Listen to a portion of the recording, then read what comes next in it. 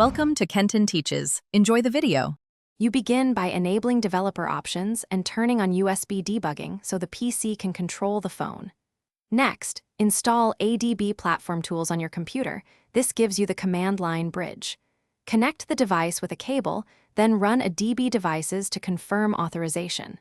Once authorized, you can start querying the system.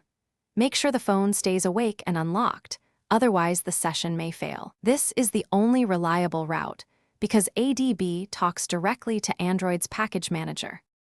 You now list system packages with a DB shell PM list packages S to find the exact package name. Precision matters. Once you identify the package, test by disabling, a DB shell PM disable user 0 package.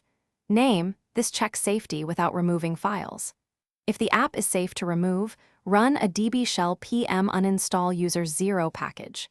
Name, this removes it for the current user while preserving system image integrity. Make sure to read command output. Errors tell you whether the package is protected or requires alternate steps. Finish by rebooting with a DB reboot and verify the app is gone from launcher and settings. If you remove something important, restore it using a DB shell CMD package install existing package. Name or reinstall the APK from a backup. Make sure to clear residual data in /data if required, but avoid altering system partitions. If the phone fails to boot or behaves oddly, enter safe mode to disable user apps. Then use ADB to restore the package or perform a factory reset as a last resort.